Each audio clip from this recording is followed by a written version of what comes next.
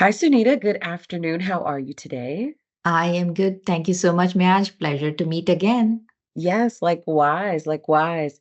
Today I have an interesting topic I have a couple of questions about, and one in particular is CMMC NSIT 800-171, as well as ISO 27001. How are those interrelated? 27001, NIST 800-171, and CMMC. These three standards are so closely intertwined.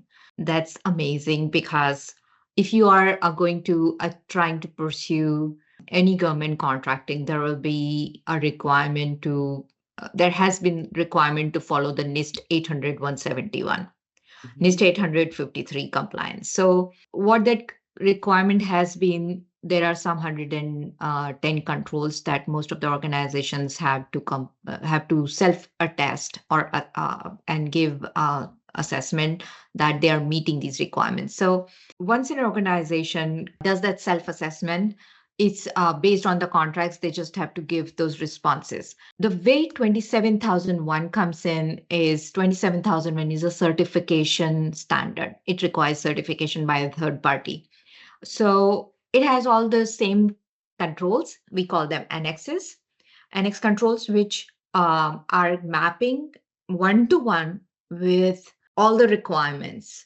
The previous standard mapped 210 of those requirements, but now with 93 controls with the 27001, they map one on more than 90 of those requirements. Where in CMMC now, it is all the 110 control it maps. But there are differences to the level of maturity that you want to show and what is required within each of these standards. Oh, it sounds like some work, but if they're correlated, I guess my next question would be if we as a company took this on, which one should we start with first?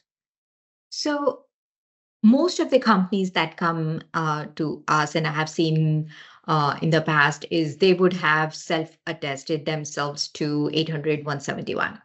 And they are Okay. starting with, and to an extent, they would have gone ahead and said we are compliant with CMMC. So in that case, we will go and just do a gap assessment. Having these, to an extent, meeting this requirement is a good thing. So starting with 800-171 is a good idea Okay. because it's all about policies and base practices. Having a certain level of maturity is what's needed.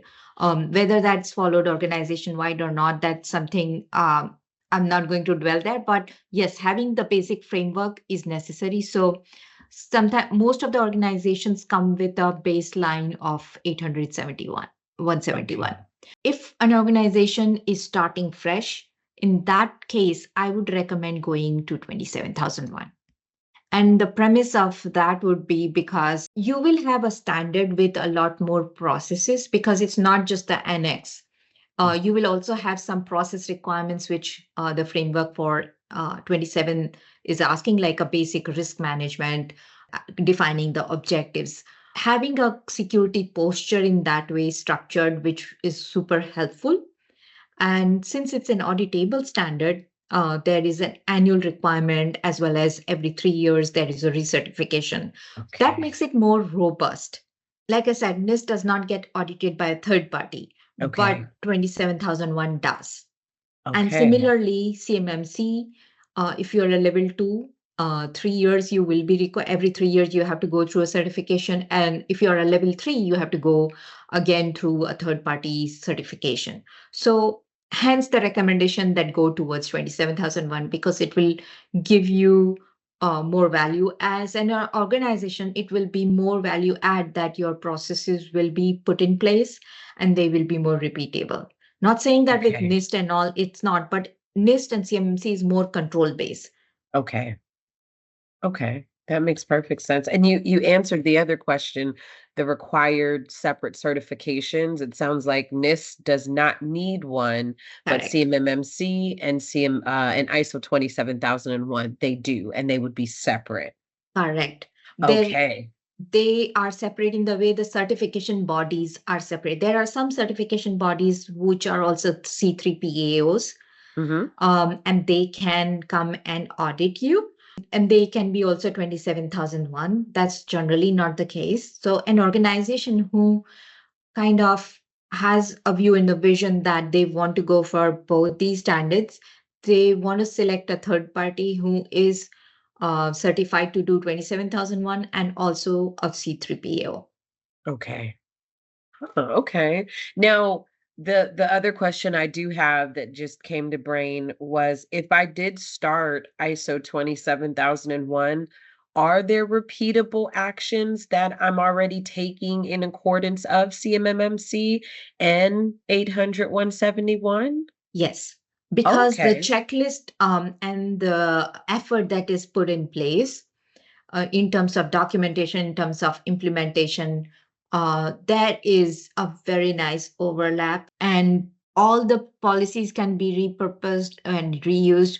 There is a little bit of additional work because there is a specific control. Like Yeah. CMMC has a very specific control requirement. They need to be reflected. There is, because CMMC has to be a culture within the organization, a lot of training has to happen, and Mhm. emphasis is on making it a cultural practice as opposed to a document you can show it to someone. Yeah. So, with that said, yes, there is a lot of overlap. There, an organization trying to pursue one or the other will be benefited regardless, but the level of rigor which CMMC requires is the highest, I would say. Okay. But I mean, it sounds beneficial for any company. It sounds as though if you do start one knowing that these are repeatable actions within three, why not actually shoot for the stars, which just allows them to really be present and capable of the fishing license to go look Correct. for other government contracts. Absolutely. That's correct. I completely agree Okay. with you. Awesome. Well, you've answered my questions. Very knowledgeable. Thank you so very, very much. And until next time, till we meet again. Thank you much. My Thank pleasure. you. Bye bye. Bye-bye.